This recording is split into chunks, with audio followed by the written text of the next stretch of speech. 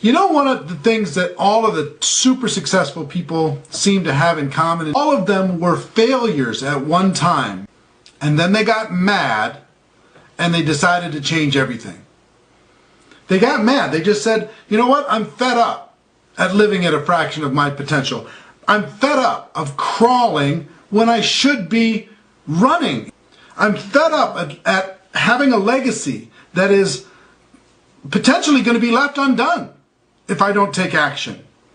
I'm fed up by being a poor example to my family, showing my kids that it's okay to quit or live at a fraction of your potential or just not follow through and do what you said you were going to do in the first place.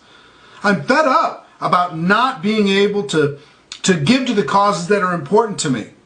I'm fed up by letting society make me fit into their system versus being able to break free from that system that isn't fulfilling me, isn't making me happy. I'm fed up going to a job that doesn't make me happy, working with people that I don't particularly enjoy, just to be able to pay the bills that society has told me that I need to have in order to be successful or to be happy.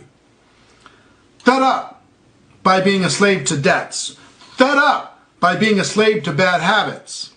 And you know what? They just they get some strength, they get some power, and they say, you know what? I'm not going to be controlled by those things anymore. I'm going to finish. I'm going to make it happen. I'm going to walk away from mediocrity. I'm going to step in to a different level of power and conviction and belief and decision. And I'm going to make it happen. Every single top earner that I know in every company that I have an opportunity to spend time with those people, all of them have that in common.